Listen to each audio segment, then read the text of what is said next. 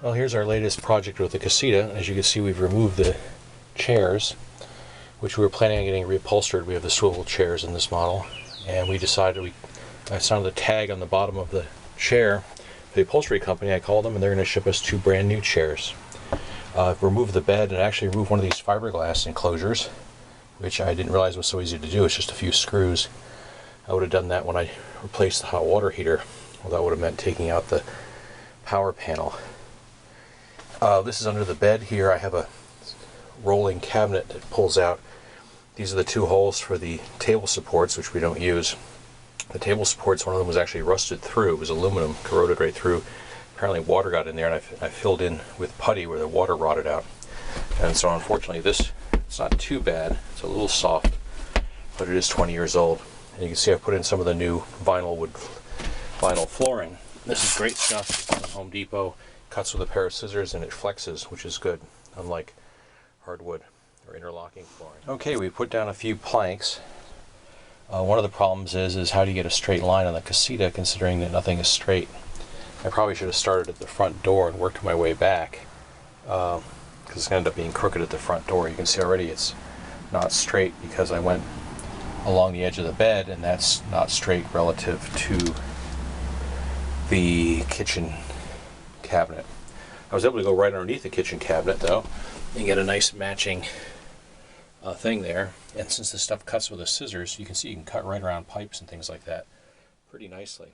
As you can see, this stuff cuts with a pair of scissors, and therefore if you get a piece and it's not quite right, you can scissor off a thin little layer and make it fit.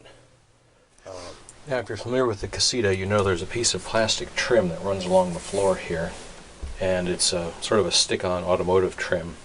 I peeled that off and I'm just replacing it with some white plastic trim that is from Home Depot. I may redo that board. I cut it a little short, but the trim seems to work. Anyway, here's a piece I've trimmed up, and you can see I've removed the wire chase cover, which is carpeted, so that'll overlap that. Well, you can get this stuff pretty tight. Anyway, let me see if I can just show you here how easy it is to do this. There's the piece that's already been cut. You just trying to do this with one hand, so it's a little hard.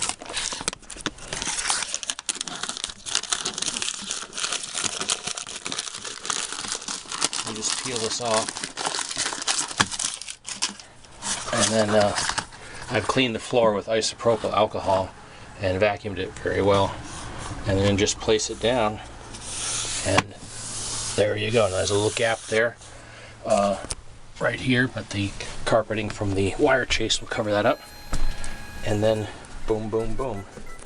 Well, we've pretty much finished the flooring project, and we still have to do the baseboard.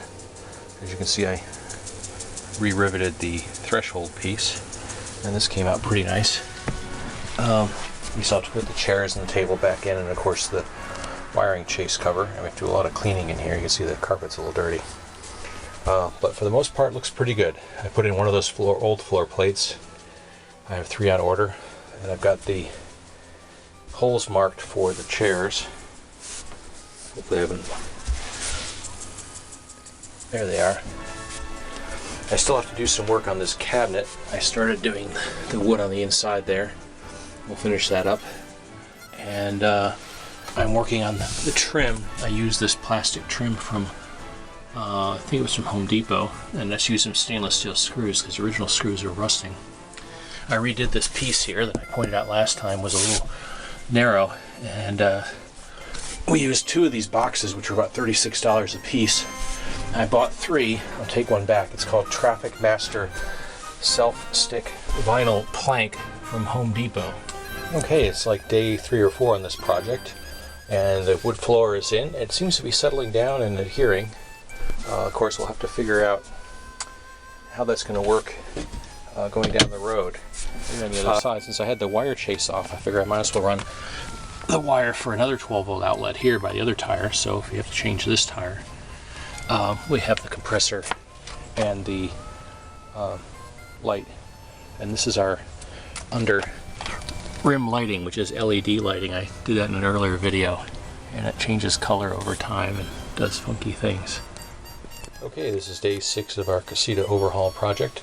You can see the new plates came, floor plates, and I put those in. They're a little different, made in China, of course. There's the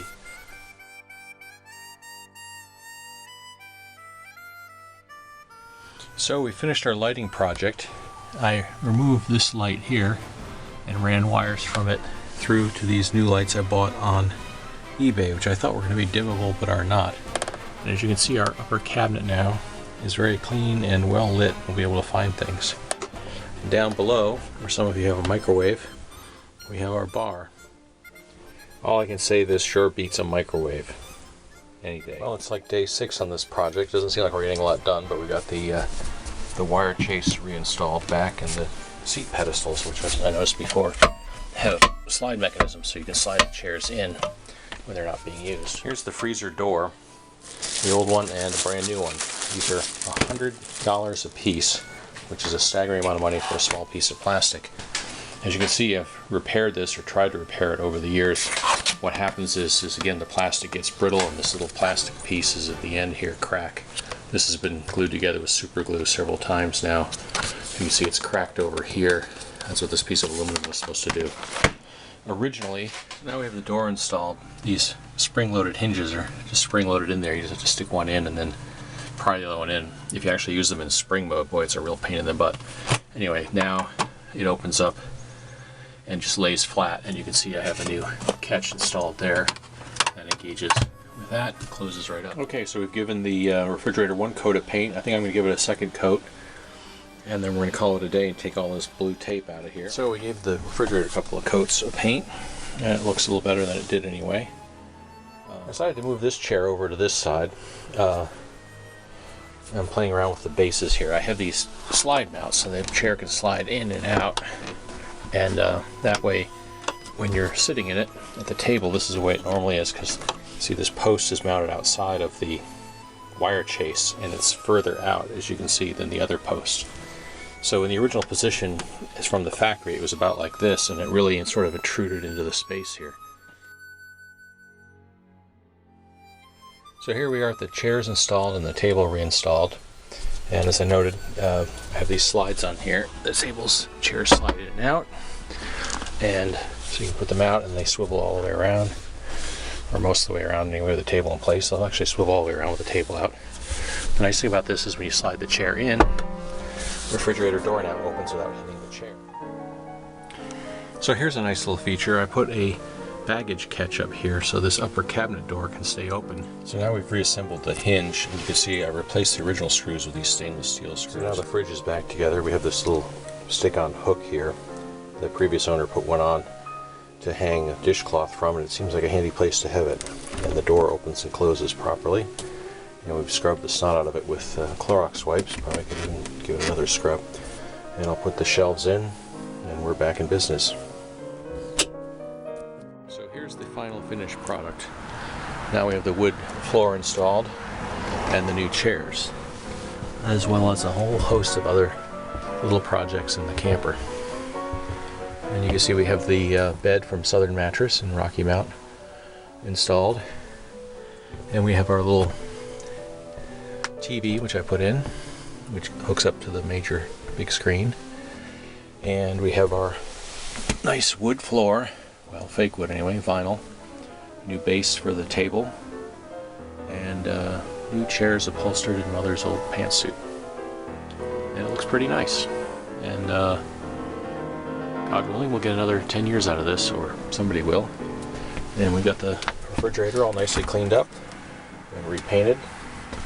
And new shelves and lights, and everything is clean and airy and sealed up and ready for a trip to Florida. And that's the end of our Casita Makeover 2017.